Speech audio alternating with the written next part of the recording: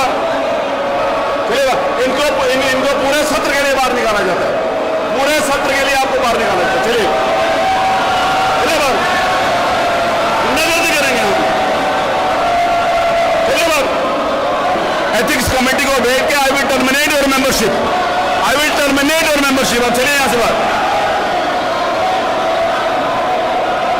आप विशेषाधिकार में आते हैं।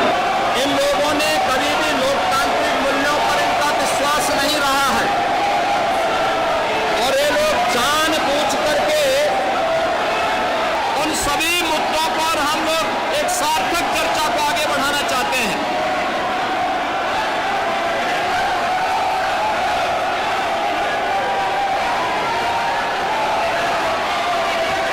उत्तर प्रदेश विधानसभा के मानसून सत्र के दौरान भारी हंगामा देखने को मिला। विधानसभा के बाहर और उसके बाद विधानसभा के अंदर विपक्ष के विधायकों ने जमकर हंगामा काटा।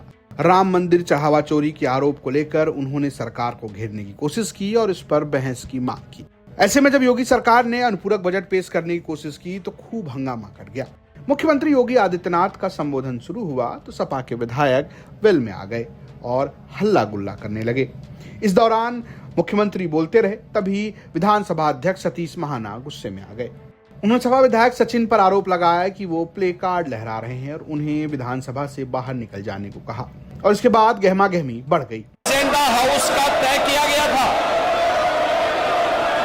उस एजेंडे के तहत जब सदन में विधायी कार्य हो या अनुपूरक बजट से जुड़े हुए प्रस्तावों को एक पर भी विरोधी दल के लोगों ने कोई रुचि नहीं ली, बल्कि अनावश्यक मुद्दों को उठा करके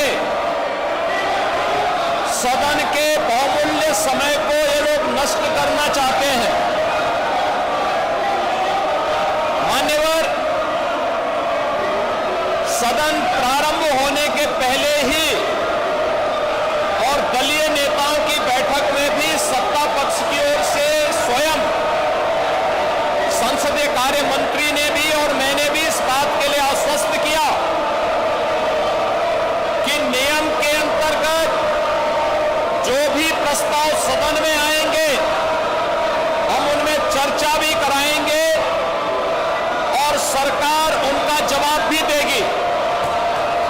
लेकिन इनका न चर्चा पे विश्वास है, न संवैधानिक मूल्यों पर और न सदन की उच्च परंपराओं पर ही।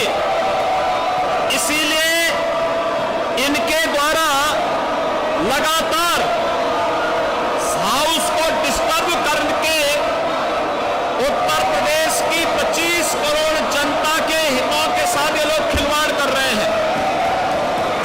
मान्यवर, मैं फिर इस बात के लिए कह सकता हूं कि हमारे ये नहीं, दिस इज नॉट अलाउड। आप उसको नीचे करिए। सचिन आप मुख्यमंत्री जी के फोटो को नीचे, हमारी ये सरकार not allowed to do that, please आप उसको नीचे करिए। आई विल नॉट, मैं आपको बाहर निकाल दूंगा। प्रतिबद्धता के साथ आप मुख्यमंत्री जी की फोटो आप ले सकते हैं, अब सीएम की फोटो को ऐसे कर देंगे, आप कुछ भी लिख देंगे उसमें, नहीं, यू आर नॉट अलाउड। आप मुख्यमंत्री जी की फोटो के साथ नहीं कर सकते, देखिए उसको नीचे। You can't, no you can't do that, you can't do that, you cannot do that. मैं इंगित करता हूं सचिन को, इनको हाउस से बाहर निकालिए। ये कोई तरीका आप मुख्यमंत्री जी के फोटो के साथ, you are not allowed to do that, तो सचिन को बाहर निकाल दीजिए। चलिए बाहर, चलिए बाहर, चलिए बाहर। इनको पूरे सत्र के लिए बाहर निकाला जाता है, पूरे सत्र के लिए आपको बाहर निकाला जाता है। चलिए चलिए बाहर, गुंडागर्दी करेंगे हम, चलिए बाहर। इनके साथ जो भी लगेगा मैं सबको निकाल दूंगा, नहीं, इट्स नॉट अलाउड। ये इस बात की मैं इजाजत नहीं देता हूं।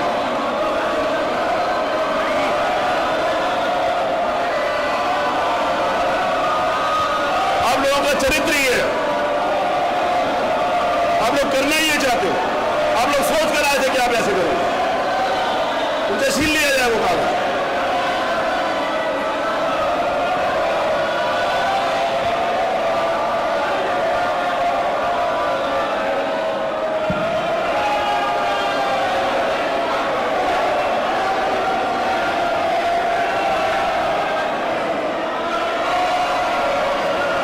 सचिन आप बाहर चलिए, मैं आपकी सदस्यता के लिए प्रस्ताव कर दूंगा, आपकी सदस्यता जाने के लिए।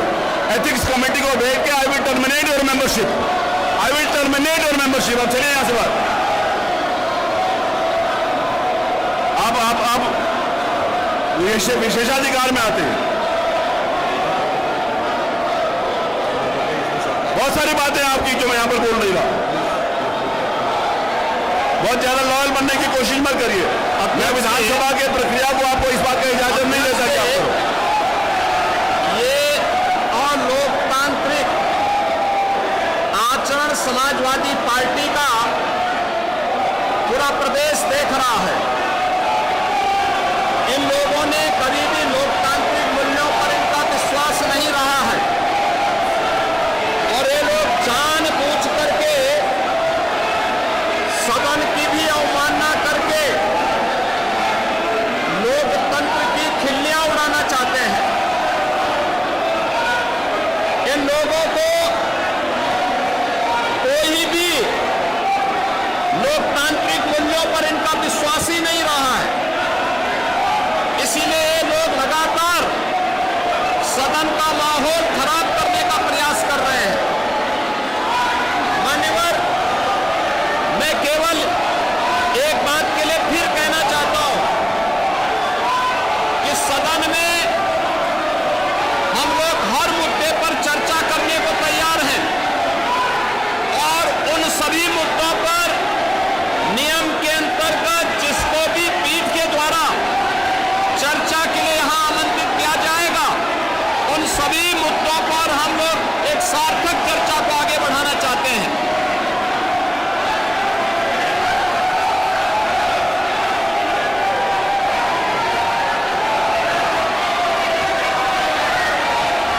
अब हम उठते हैं कल सुबह 11 बजे तक के लिए।